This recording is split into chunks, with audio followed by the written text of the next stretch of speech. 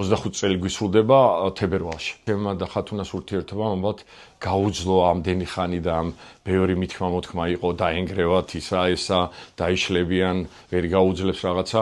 მე ზუსტად ვიცოდი, რომ მე არა ვარ ის ტიპი, რომელიც მე თვითონ გაშორებული დედმამის შვილი ვარ და მე ძალიან ჩავიჭიდე ამ ქორწინებას, როგორც ხათუნამ თავისებურად. და ვართ პლუსი და მინუსი და ვავსებთ ერთმანეთს, ალბათ ამის ბრალია. და ხათუნა ჩემზე უფრო ისეთია რა, როგორ გითხრა, ჩემზე უფრო ახალგაზრდა.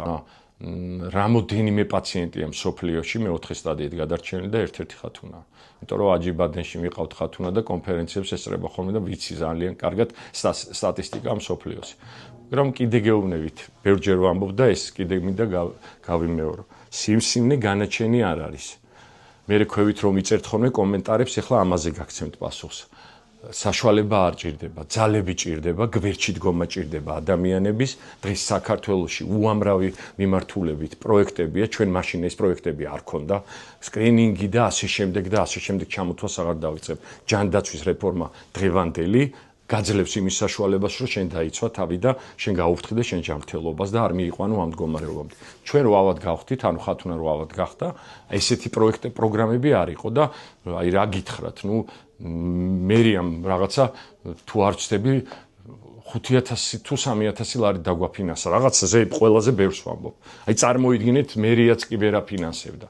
და რომ მიბრაზდებით თქვენ საშუალება გაქვთ და ისა გაქვთ და ესა გაქვთ. სულ ყველა თუ გაინტერესებთ, სულ ყველა ბინა ქონდა ჩადებული იმაში, რა ქვია, ბანკში. ბიამ გამზარდა, ბებიამ და ბაბუამ და ბებიებმა 14 წლის ასაკში გავიცანი დედა სხვადასხვა მიზეზების გამო რა, იმიტომ რომ მე ბებიასთან მამის მხარეს ვიზდებოდი და ბებიასთან იყავი სულ და როგორც იქნა, რაღაც 14 წლის ასაკში 14 წლის რო გავხდი თუ 13-ის მეგობარმა უტყუებით გადამიყვანა დედაჩემის სახლში ბორჯომში და აი გავიცანი დედაჩემი მე აი ეს ურთიერთობა აეწყო ჯერ თქვენობით, მერე შენობით, მერე სახელით, მერე დედა რო დაუძახი სამწუხაროდ დედა იცით რომ 2005 წელს უბედური შემთხვევისგან გარდამეცვალა ეს გაზით გაიგო და სტუმრად იყო წასული და მე და ხათუნას ქორწინების დღიდან მესამე დღეს მოხდა ეს ამბავი.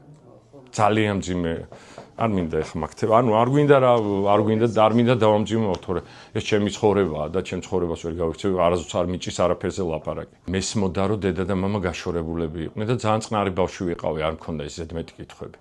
აი მე ასაკში დავიწყე უფრო დასმა კითხვების, როგორც დედასთან, ასევე მამასთან და ყველაფერზე პასუხი მივიღე. დედაც მიყვარს, მადლობა მას ყველა გაკეთებული ყველაფრისთვის, რაც მოასწრო იმ წლებში.